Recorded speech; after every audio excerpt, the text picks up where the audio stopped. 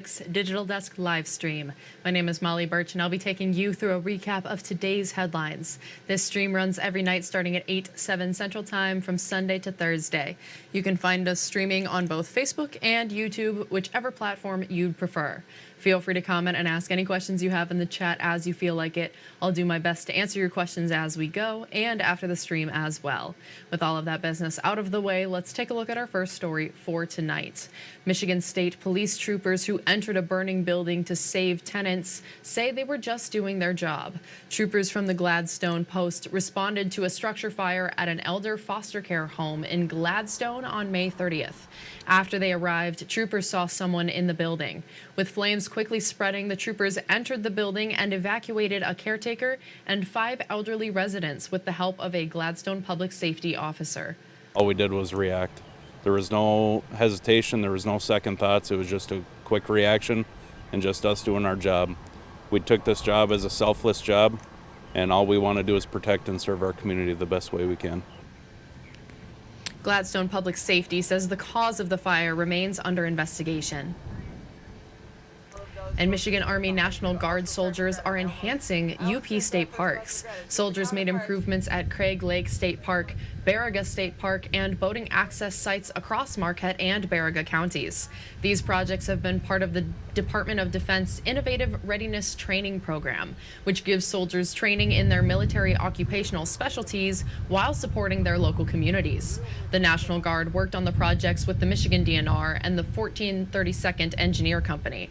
Today, all organizations showcased their hard work at Van Riper State Park. They get to work in communities, work in state parks that they can take their families back to and show them, here's this great work mom did, here's this great work dad did, here's this great work, your brother, sister, cousin, whoever it is did. It's something to be proud of, it's something special. Michigan DNR representatives say the projects could not have been completed without the help of the National Guard. And in continuing coverage, mental health nonprofits helped the LGBTQ plus community at last weekend's UP Rainbow Pride Fest. One organization, 6 Feet Over, specializes in suicide loss and prevention. Its outreach program coordinator says there are high rates of suicide in the LGBTQ plus population. The Trevor Project reported more than 1 in 10 LGBTQ plus young people attempted suicide this past year. Connection is one of the best things that we can do for ourselves, and knowing we have more people who have experienced similar things to what we have helps us to feel more connected and less isolated, normalize more of what we're experiencing. To encourage connection, 6 Feet Over offers an alternative space to talk about mental health. If you're having a mental health crisis, call the Suicide and Crisis Lifeline at 988. And a new free and confidential sexual assault hotline is now available through Copper Shore's Community Foundation. According to the organization's senior program director, it's available to residents of Baraga, Houghton, Keweenaw, and Ontonagon counties. Professionals of the Michigan Coalition to End Domestic and Sexual Violence will answer when you call. They'll assist you with resources, sharing your story, and finding additional support. The program director says you can call anytime, whether it's just to talk with someone or to report an ongoing situation. If you've been sexually assaulted, either recently or in the past, even it doesn't matter if it was 40 years ago, there's always people that are there to talk to you and help you through that. To find out how to use the hotline, go to our website, uppermichigansource.com, or the TV6 and Fox UP mobile news app. So the only part about this.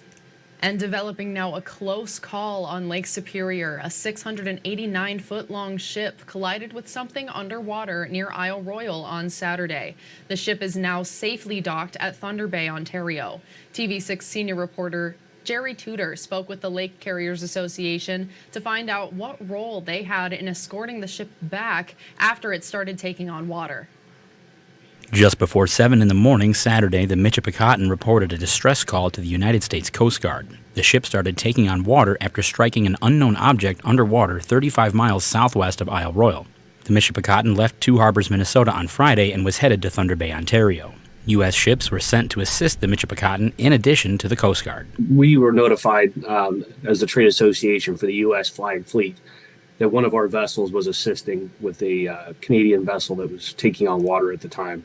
had been called by the Coast Guard to divert the Edwin H. Gott, which is a Great Lakes Fleet vessel, who was in the area, diverted over to the Michipicoten, which had, again, put in a mayday to the Coast Guard saying that they were taking on water. Peace says the efforts of the Edwin H. Gott's captain and crew helped make sure the Michipicoten made it to Thunder Bay safely without sinking. That was a 1,000-foot ship that diverted off of its track. Went up there. Captain Keen Weekly of the Edwin H. Gott was there, assisted. They provided a lee, meaning that they blocked some of the waves while they launched some rescue boats.